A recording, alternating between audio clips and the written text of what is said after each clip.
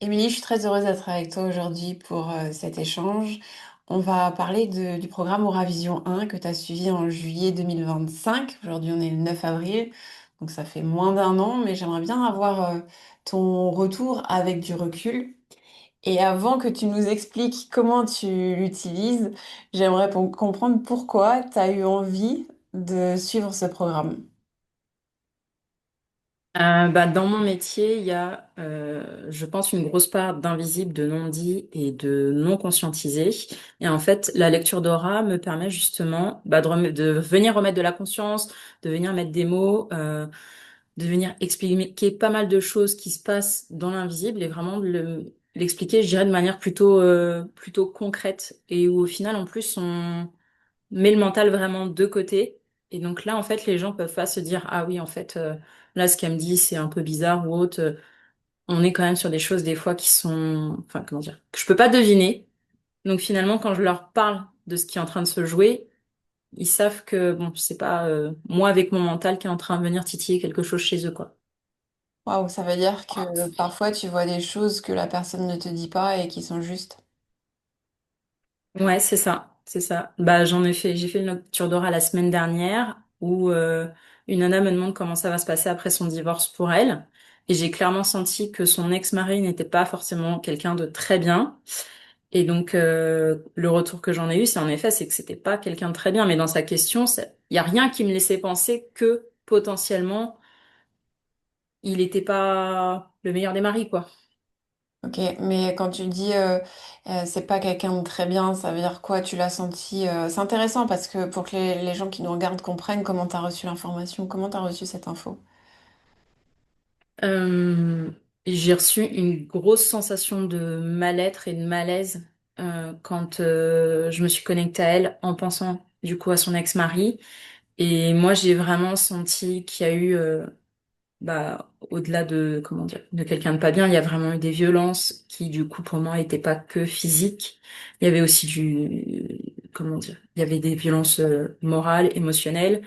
Moi, j'étais aussi sur tout ce qui était violence sexuelle et au final, quand on en a parlé ensemble, je lui ai pas dit comme ça, hein, mais quand je lui ai dit que voilà, je pensais que c'était pas quelqu'un de très bien ou autre et que je pensais qu'il lui avait fait beaucoup de mal, celle qui m'en a parlé d'elle-même, quoi. Mhm.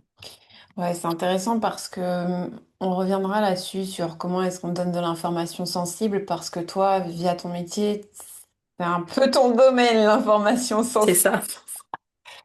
Ok, donc tu t'es formé parce que dans ton métier, justement, il y a beaucoup de choses qui sont de l'ordre de l'invisible et que tu avais envie d'aller comprendre ce qui se passait dans l'invisible.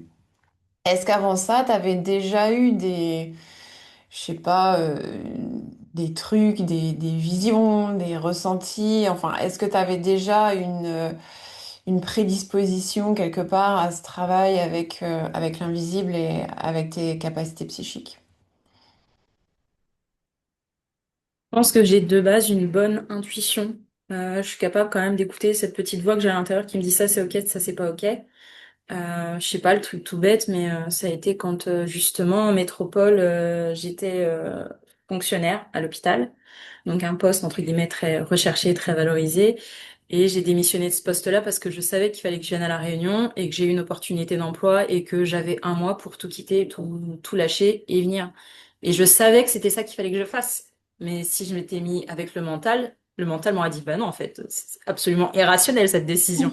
Et je savais que c'était ça qu'il fallait que je fasse. Donc, puis il y a aussi des fois où j'ai senti, comment dire, quand les gens se confient en général de façon assez naturelle à moi, et à chaque fois j'arrivais à sentir, comment dire, ce qui était non dit justement, Mhm. mais sans pouvoir mettre des mots dessus. Ok, donc tu avais déjà conscience de ta sensibilité en fait à une autre forme d'information que celle qui vient par la pensée rationnelle. Ouais, mais au début, c'était sans forcément avec une capacité de mettre des mots dessus. C'est-à-dire que je me suis dit, ok, je sais que c'est comme ça qu'il faut que je fasse, mais sans pouvoir me dire, ok, c'est de l'intuition, ou je suis guidée, ou ce genre de choses. C'était vraiment juste, je savais, et c'était, voilà, fallait que j'y aille. C'est Ok. après coup, c'est en venant à la Réunion, que du coup, j'ai commencé un peu à mettre des mots là-dessus ou autre, à me former un petit peu sur ce côté-là. de l'invisible. Et c'est pour ça que la lecture d'aura m'a d'autant plus attirée. Mhm. Donc, tu avais déjà suivi des formations qui te permettaient de lire l'information. Enfin, qu'est-ce que tu avais déjà testé comme formation? C'est intéressant parce qu'il y a vraiment Alors, un profil dans Ravision. j'avais pas fait forcément, entre guillemets, des formations pour, comment dire, comme la lecture d'aura, c'était plus des enfin, plus des formations, je dirais, à but, de comprendre justement ce fonctionnement entre le visible et l'invisible. C'était plus des formations de ce type-là que des formations pour, je dirais, travailler avec l'invisible. Super. Est-ce que tu peux nous dire maintenant ce que tu fais? Comme ça, on va pouvoir, les personnes qui te regardent et qui t'écoutent vont pouvoir comprendre euh, la suite, à savoir comment t'amènes Ravision dans ce que tu fais. Moi, du coup, je suis éducatrice menstruelle et donc du coup, je viens travailler en fait beaucoup autour de l'utérus des femmes pour venir mettre des mots justement en général sur ce que l'utérus est en train de dire et pour aussi accompagner vers une situation qui va être plus légère et vers un mieux-être autour de tout ça. Émilie, il y a quelque chose que tu as dit la dernière fois qui m'a fait sourire parce que j'ai la chance de t'accompagner aussi pour la partie business et tu m'as dit un truc qui m'a vraiment fait rire. Tu m'as dit, oui, de toute façon, quand on fait une lecture d'aura, on voit toujours l'utérus. Et ça m'a fait rire parce que moi, je t'ai répondu, ah non, moi, je vois pas toujours l'utérus. C'est-à-dire que je peux le voir si c'est utile pour répondre à la question. Mais toi, comme ta sensibilité, c'est cette partie du corps, c'est une partie du corps qui à chaque fois te parle. Et je l'ai vu pendant les 5 jours du programme en présentiel. C'est vrai que tu avais une sensibilité à l'écoute de cet endroit du corps. Et qu'est-ce que tu as remarqué maintenant que tu sais écouter cet espace du corps? Qu'est-ce qui vient nous raconter? Je trouve ça passionnant, moi. Bah, il vient souvent des fois nous raconter des liens sur tout ce qui est transgénérationnel, sur finalement ce qui est OK ou pas dans notre vie, sur notre capacité à, comment dire, à incarner la femme qu'on veut être. Et là, du coup, je veux dire, c'est assez vaste parce que finalement, entre moi, ce que je veux, ce que ma voisine veut, ce que n'importe qui d'autre veut, ça va être vraiment très différent. Mais c'est vraiment la capacité, du coup, qu'a cet organe, et pas que l'utérus, en fait, il y a aussi les trompes, il y a les ovaires. Il nous donne vraiment beaucoup d'informations sur qui on est, sur les choses qu'on peut développer justement pour aller vers, je dirais, une meilleure incarnation de nous-mêmes. C'est vraiment, je trouve, une partie de notre corps hyper puissante et hyper riche en informations. Ouais, et dans Auravision, en fait, parce que les gens se disent, ouais, l'aura, donc c'est forcément les corps subtils, mais il y a aussi toute une partie sur les organes du corps. On travaille vraiment sur le corps physique, le corps éthérique, le corps émotionnel. Et, et donc effectivement, l'utérus comme organe, mais il n'y a pas que l'organe, il y a aussi l'énergie qui circule en lien avec cet organe. Moi, ce que j'ai remarqué en me formant en constellation familiale, c'est qu'il y a énormément d'abus sur Terre, Euh, des viols, des incestes, etc.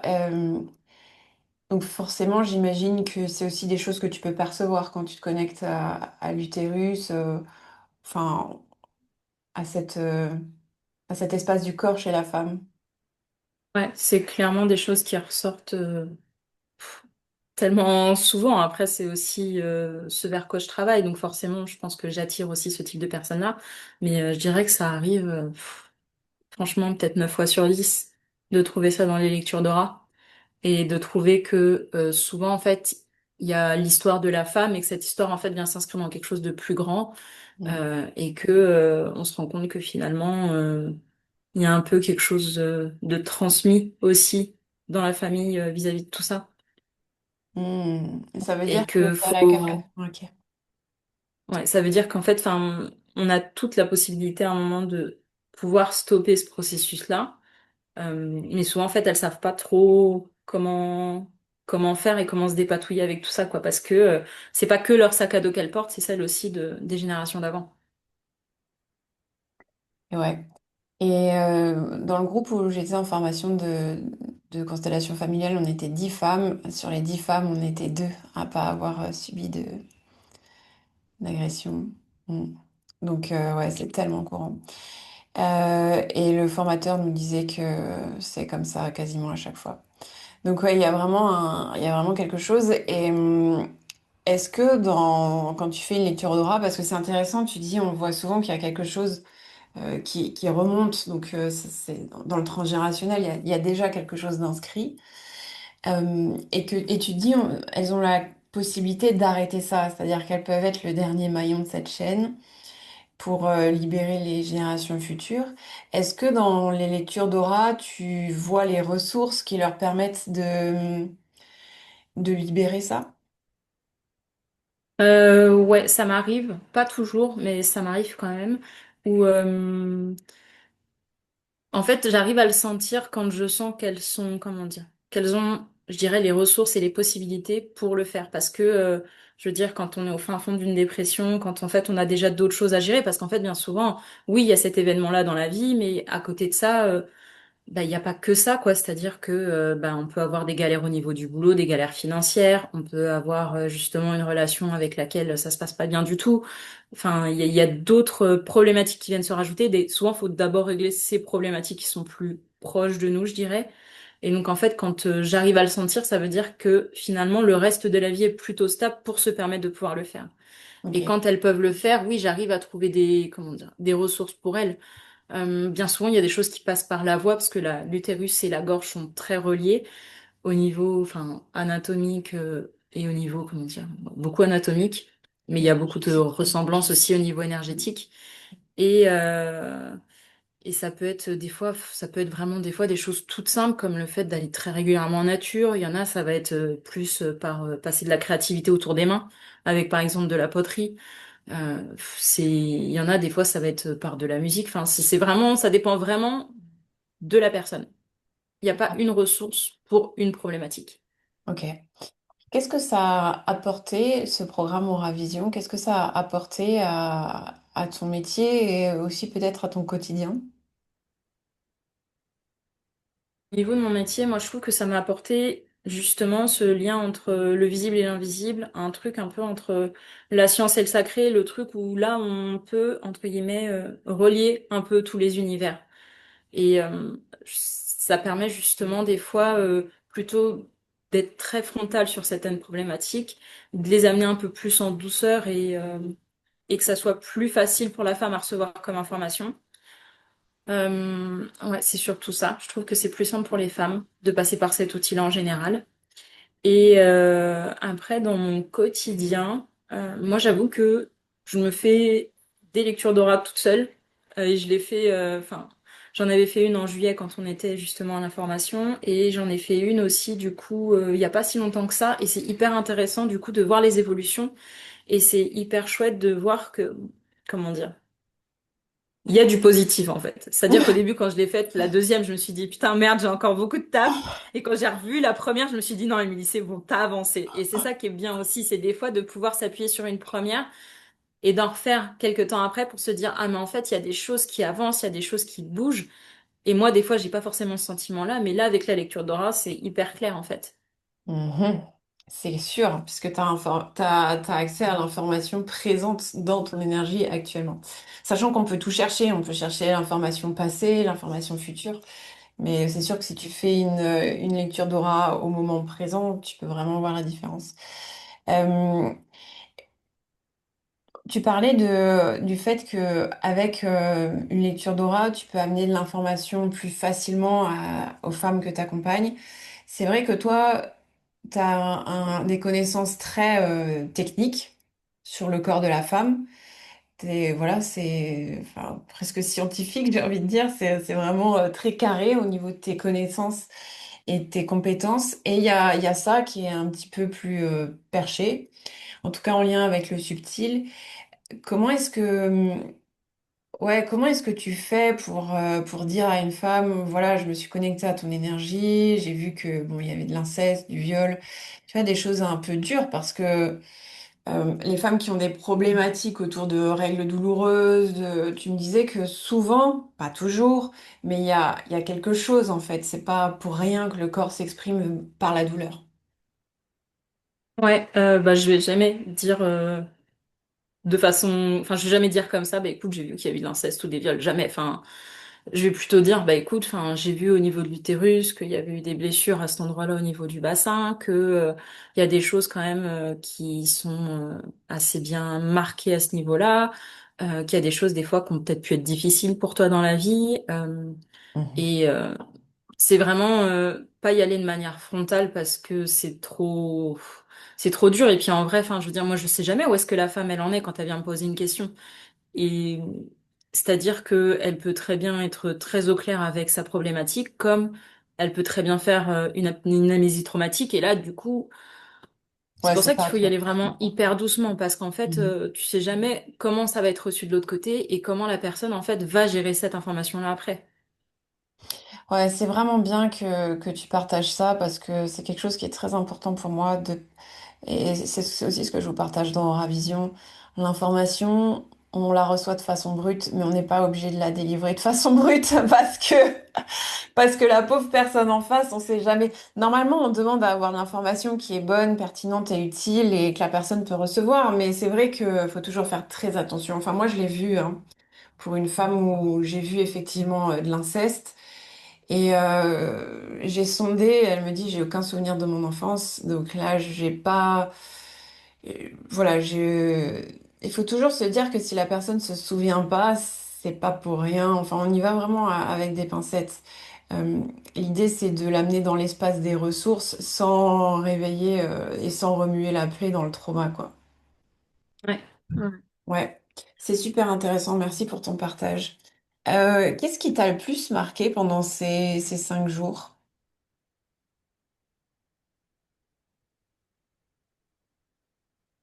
Ce que j'ai trouvé chouette, c'est de voir comment chacune on pouvait percevoir l'information et comment justement on pouvait chacune retranscrire les choses.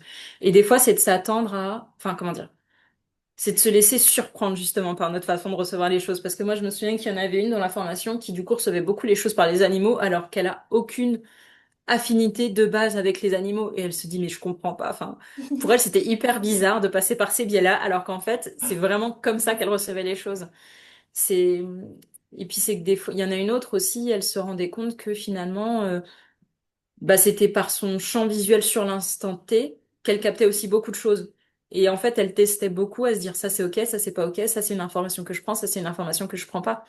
Et et ça, je trouve ça bien justement pendant ces 5 jours-là de se rendre compte qu'on a chacune notre façon de recevoir l'information, qu'il n'y a pas une, comment dire, une façon prédéfinie de le faire et que même si on reçoit l'information, admettons de la même façon, on va pas non plus la retranscrire exactement l'une comme l'autre.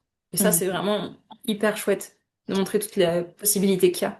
Ouais, ce qui est intéressant avec Auravision, c'est que il y a effectivement comprendre comment on reçoit l'information et tu parles de Karen qui reçoit l'information que par des animaux alors que bon, les animaux c'est pas spécialement son truc.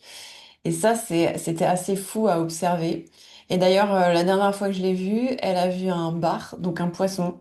Elle disait je savais même pas que ça existait, je savais même pas ce que c'était, mais j'ai eu le mot, j'ai eu le visu. Et elle donne l'information en lien avec ce poisson à la personne et par curiosité, aller voir sur Google la signification du bar, le poisson. Et ça collait parfaitement. Et elle-même, elle en revenait pas. Donc c'est tellement drôle de voir ça. Hum, Mais ce qui est aussi très intéressant, c'est de voir que notre intuition se sert aussi de nos capacités déjà existantes. Parce que toi, tu as des connaissances sur l'utérus, donc ça va t'aider. Je connaissais une autre femme qui était formée en tout ce qui est huile essentielle. Et elle avait le nom de l'huile essentielle qui arrivait et qui venait lui donner l'information. Donc, à la fois, notre intuition, elle nous enseigne des choses comme avec Karen, avec ses animaux. Et en même temps, elle se sert de ce qu'on sait déjà, de ce qu'on connaît.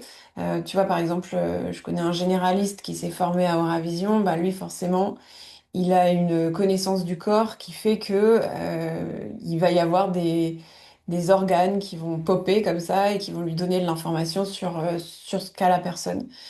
Donc c'est intéressant de voir qu'il y a à la fois ce qu'on reçoit comme information de nulle part, qu'on connaît pas, et aussi l'information qui passe parce qu'on connaît déjà.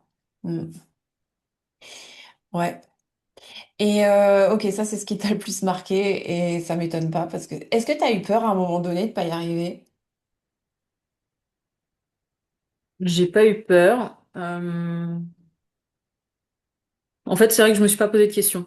Euh, Parce que pour moi, enfin, la lecture d'aura, c'est à la portée de tout le monde. C'est faut juste se laisser la possibilité justement d'écouter ses sensations, sa petite voix, ce truc où on se dit mais pff, c'est complètement débile là ce que tu es en train de penser. Bah c'est vraiment faire taire le mental qui dit que c'est débile et qu'il n'y a pas d'intérêt pour écouter pleinement cette petite voix-là. Donc ouais, j'ai pas eu cette peur-là. Mais après, c'est vrai que, enfin, on était plusieurs et c'est vrai qu'à la formation, on se rend compte qu'il y en avait qui avaient ce sentiment des fois de pas y arriver, alors qu'en fait, elles y arrivaient très bien, mais le mental prenait le dessus et donc du coup, ça venait vraiment interférer avec leur ressenti. Et pourtant, leur ressenti était vraiment très juste à chaque fois. Mhm. Ouais, il faut vraiment réapprendre à se faire confiance. C'est en ça que Auravision est puissant. Je pense à une des participantes qui était d'ailleurs là en juillet. On l'entendait pas au début de la formation. Elle était dans son coin, dans son trou. Et qui à la fin, c'est elle qui a pris la parole en premier. Et elle disait à quel point ça lui avait fait du bien et ça avait transformé la façon dont elle se voyait. Parce qu'en fait, elle comprenait qu'elle pouvait se faire confiance dans ses ressentis. Et ça, c'est puissant. Ok, ça fait à peu près un an, bon, allez, à quelques mois près on va dire 9 mois, que tu pratiques la lecture d'aura. Tu m'as dit que c'était une généraliste suisse qui t'envoyait pas mal de ses clientes, c'est ça? Ouais, en fait, c'est pas une généraliste, c'est une radiologue Ah oui, une suisse. C'est une radiologue. ancienne collègue de boulot avec qui j'ai bossé en métropole à l'hôpital et qui était là au moment où je me suis formée à Oravision. Et en fait, elle me dit, je comprends pas. Donc vraiment, sa partie d'elle qui a envie de comprendre est très frustrée de pas le comprendre. Mais en fait, elle dit, mais à chaque fois, elle me dit, c'est fou. Elle me dit, mais c'est exactement ça, quoi. Et elle m'envoie du coup des copines à elle qui sont en Roumanie. Donc pour le coup, je veux dire, il y a la barrière de la langue, de la culture. Il y a plein de barrières qui se mettent entre elle et moi. Et en fait, du coup, je fais les lectures d'aura pour elle en français et celle qui les retranscrit après en roumain. Et à chaque fois, elle me dit, mais c'est totalement ça, quoi. Et du coup, je les connais pas du tout. Enfin, je veux dire, je les ai jamais vus. Enfin, c'est vraiment pas des gens que je peux côtoyer, qui sont vraiment sur un autre continent, un autre pays. Une autre Donc, langue, une autre culture. ouais, c'est ça. Donc, en fait, il n'y a Waouh, pas de frontières pour faire les lectures d'aura. On peut en faire à n'importe qui. waouh, c'est magnifique. Je savais pas ça, c'est génial. C'est vraiment génial. T'as une interprète pour tes lectures d'aura, moi je trouve ça trop bien. Ouais. Euh, ok. Est-ce que tu as réussi à te surprendre en 9 mois de l'information que tu avais reçue? Il y a des fois des informations que j'ai reçues que j'ai pas forcément des fois compris sur l'instant T. Je me souviens des choses que j'ai dessinées sur l'utérus ou que j'ai pas compris à l'instant T, que j'ai compris après.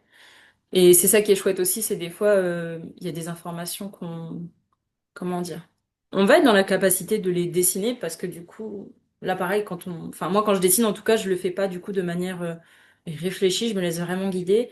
Et il y a des fois où j'ai pas les réponses tout de suite, mais parce que je pense qu'il y a des fois, il y a des, comment dire, il y a des informations que je peux dessiner mais que je dois pas délivrer tout de suite parce que c'est pas le moment ou autre et c'est après seulement où je peux venir en parler aux gens. Me Mhm. dire ah mais en fait du coup sur ta lecture d'aura j'avais fait ça, est-ce que tu te souviens? Oui, et en fait ça voulait dire ça. Mais parce que du coup, enfin c'est comme si C'est le les moment. gens devaient vivre quelque chose avant et après je peux en parler. Mais là maintenant tout de suite non, c'est trop tôt pour eux. Ok. Merci beaucoup, Émilie, pour ton retour. Qu'est-ce que tu aimerais dire à la personne qui te regarde et qui t'écoute et qui se pose la question, j'y vais pas, qu'est-ce que je fais? Ah, que faut laisser poser le mental et qu'en fait si jamais il y a une partie de toi qui dit mais j'ai très envie de la faire, mais je comprends pas trop pourquoi, mais vraiment je sens que ça m'appelle, bah en fait c'est cette partie-là qu'il faut écouter, et il faut pas écouter le mental qui dit mais meuf, à quoi ça va te servir? Mais t'es vraiment sûre? Est-ce que c'est vraiment intéressant? Oui, s'il y a une partie de toi qui dit c'est hyper chouette, et je sens que ça va m'apporter quelque chose, bah fonce. Et ouais, et moi c'est ce que j'ai fait, tu vois, parce que moi j'étais vraiment dans le mais ça va me servir à quoi en fait? Ouais, trop fort. C'est marrant que tu parles de ça parce que c'est vraiment ce que j'ai vécu moi. Donc merci beaucoup Émilie pour ton retour. Émilie, pour toutes les personnes qui ont envie de découvrir ton univers, je mettrai aussi le lien vers ton compte Insta, vers ton compte LinkedIn sous cette vidéo. Donc tu fais des lectures d'aura, mais tu fais pas que des lectures d'aura en lien avec l'utérus. Euh, Est-ce que tu fais des lectures d'aura pour des personnes sur toutes sortes de thématiques? Oui, enfin, comme je disais tout à l'heure, en fait, j'en ai fait une sur le lien avec son divorce. Euh, c'est vrai que j'en ai fait quelques-unes en lien sur tout ce qui était relations amoureuses, sur avenir professionnel. Enfin, c'est pas forcément en lien avec l'utérus directement, hein. Mais j'ai souvent des informations qui arrivent en lien avec l'utérus, Et tu aimes ça, regarde. même si ça paraît très Oui, mais c'est éloigné. normal, c'est parce que c'est ton domaine d'expertise, donc c'est tout à fait normal. C'est tout à fait normal. À partir du moment où tu apprends d'autres choses en parallèle, c'est comme si ta lecture d'aura, elle venait s'enrichir. Moi, quand je me suis formée en constellation familiale, j'avais déjà de l'information avant que c'était il y avait des choses sur le transgérationnel, mais maintenant, j'arrive à les placer dans le transgérationnel. Donc, tu vois, c'est vraiment plus on pratique, plus notre capacité à recevoir l'information s'ouvre. Et toi, tu as déjà des connaissances de base, donc c'est normal que tout ça vienne se mêler pour faire des lectures plus complètes finalement. Ouais. Donc merci à toi, Émilie, et merci à toi qui nous a regardés, et qui nous a écoutés. Si tu veux nous rejoindre pour le programme Auravision, eh bien, je t'invite à regarder les prochaines dates sous cette vidéo. Et si jamais tu as besoin d'informations, eh bien, tu peux me contacter par mail. Je te mets toutes les infos sous cette vidéo. Émilie, un grand merci et encore de belles lectures d'aura à toi. Merci.